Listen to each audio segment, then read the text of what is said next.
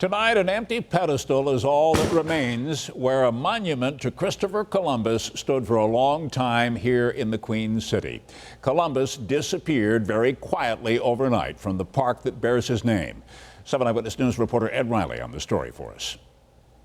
We wanted to preserve this space for a future memorial to the Italian immigrant. Acting on a request from the Federation of Italian American Societies of Western New York, Mayor Byron Brown instructed crews to take down the Christopher Columbus statue in Buffalo's Columbus Park. In an effort to heal our community and to help bring our community together. Columbus's controversial history regarding the treatment of indigenous peoples has led to a number of Columbus statues nationwide being targeted for destruction as part of a social movement highlighting injustice.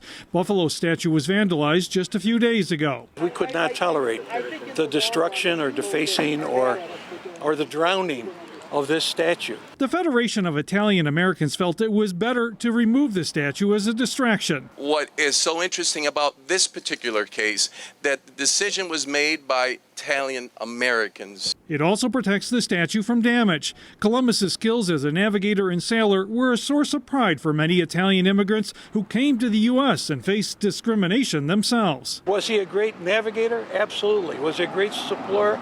Without question. Was he a good administrator? Probably not. Opinions on the removal were mixed. Rose Ross lives on Columbus Parkway and said history was filled with imperfect people who still did great things. This whole thing about these statues, I think this is ridiculous. Others thought the statue's removal was long overdue. We're very happy. We want a real view of history.